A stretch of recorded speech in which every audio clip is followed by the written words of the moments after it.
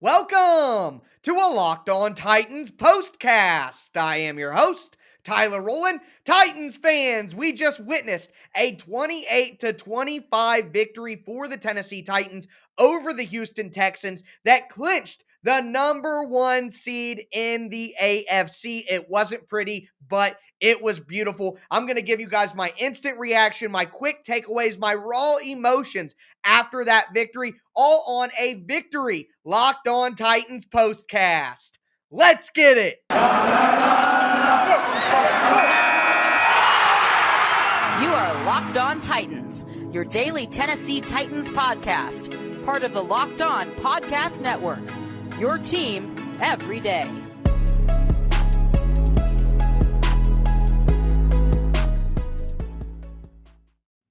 Titans fans, it is a Victory postcast where I give you, like I said, my instant reaction, my quick takeaways, my raw emotions after the victory. Before we dive into all of my immediate thoughts here, just want to let you guys know I'm putting this out on Sunday night. On Monday morning, I will have my full 30-minute recap of the game, so make sure that you're locked into the Locked On Titans podcast on whatever platform you do stream. Check out the Locked On Titans YouTube channel if you want to check out the video version of the show. Smash that notification bell, smash the like button. Check me out on social media at Tic Tac Titans on Twitter, at Locked On Titans Pod on Facebook. But this game, the Titans really just made the heart rate go up, skyrocket all game long. They come out slow, as we've seen the Titans do all year long. They can't get things going on the first couple of drives. They punt, even though the Titans defense is absolutely taking apart the Texans and not letting them go anywhere. The Titans miss a field goal on their second drive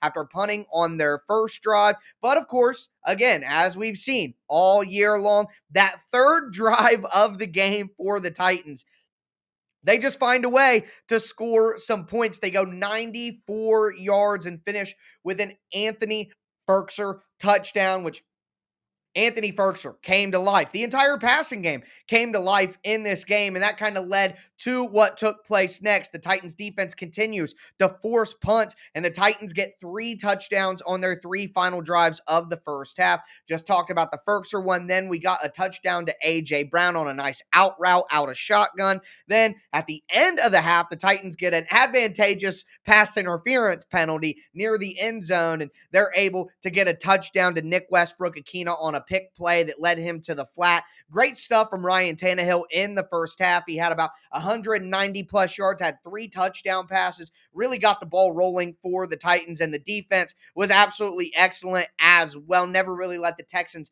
get anything going, but after halftime, things changed drastically, and we all know what happened.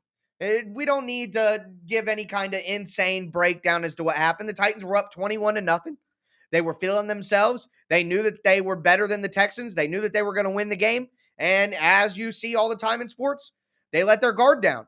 Kevin Byard said it after the game. He said, we were sleepwalking a little bit through that second half. And yes, that's exactly what happened. The Titans were just like, hey, we got this 1-1. They didn't come out with the correct focus and the correct intensity. And whenever you do that, the football gods are going to punish you. Now, luckily, the Titans were able to win this game, but definitely scary hours in that second half. The Titans come out of halftime. They only get 2 yards. They punt. Next drive, 17 yards. They punt. Next drive, 8 yards. They punt. The entire third quarter, they do absolutely nothing. And that's what we saw from the Titans in certain games earlier in the year. They kind of come out sleepwalking from halftime, and then they get it back together in the fourth quarter. But the Texans didn't come out sleepwalking after halftime. Basically, what the Texans did was they took advantage of 2 things. One, when they got in non-shotgun spread out formations, they would run play action. And the Titans were so focused on stopping the run that they were coming way too far up, and it was leaving wide open spaces over the middle of the field. Also, when the Texans weren't doing that, they were going into that shotgun 5 wide, and they were hunting Danny Amendola. And for most of the game, it was Elijah Molden, and Molden just simply can't cover wide receivers in that manner. That's why Molden has been the early down slot cornerback for the Titans all year. He's good against the run. He can play going forward, play in the zones that they play on early downs. But when the Titans go to man coverage, they take Elijah Molden off the field, and they would use Buster Screen. They would use Chris Jackson early in the season. But in this game, they decided to have Molden be that dime package linebacker instead of Dane Cruikshank. So no matter what, Molden was going to be out on the field, and they were just looking for Danny Amendola against Elijah Molden over and over and over and over again. And then Elijah Molden got hurt for a little bit. Chris Jackson came in, and immediately it was an out and up to Danny Amendola for a touchdown. So that really just crushed the Titans in the second half. But again, for me, I'm chalking it up to a lack of focus, a lack of effort. The Titans were simply sleepwalking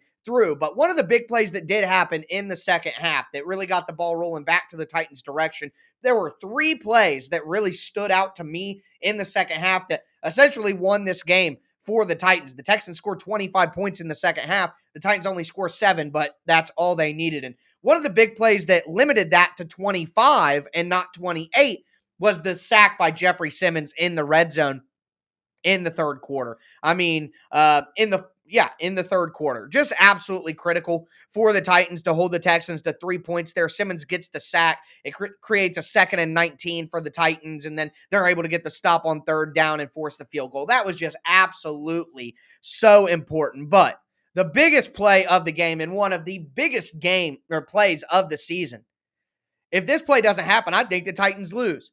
The Titans go into the fourth quarter, can't get anything going. It's third down, looking like another 3 and out. Tannehill looks like he's sacked in the backfield, but no, he wiggles free from the sack. He rolls out to the right, and he throws a strike down the field to Nick Westbrook-Ikhine for 36 yards. The Titans then go down the field even further after a 24-yard pass to Ferkser over the middle, get them down there, and they throw the touchdown pass to none other than Julio Jones. Julio! I don't care what anybody says.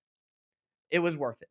The trade was worth it. Julio made one of the biggest plays of the season, catching that touchdown pass, put the Titans to 28 points, and that's all that they needed. The Texans respond with an 80-yard drive, and they score a touchdown to make it 28-25, but the Titans get the ball back with about a little over 4 minutes left.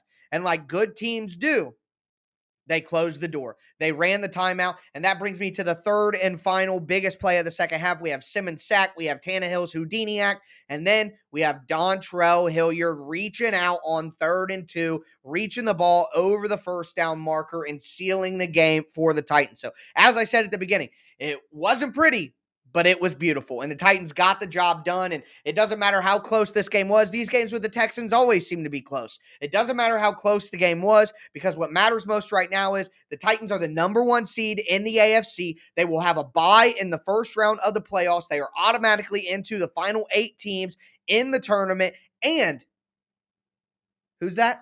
Oh, Derrick Henry ready to return. What an incredible season for the Tennessee Titans. They finished 12-5, get the number 1 seed for the first time in over a decade. Although there were a lot of ups and downs, what an incredible, incredible regular season for the Titans. And now it's time to parlay that bye week into some success. And Titans head coach Mike Vrabel, who should be the coach of the year, is 8-0 in his career as a head coach with extra preparation time in season. Make sure you guys check out the full recap that will be coming out on Monday morning. That's going to do it for me today. Titans win number 1 seed in the AFC. I am your host, Tyler Rowland. Thank you for checking out this Locked On Titans postcast.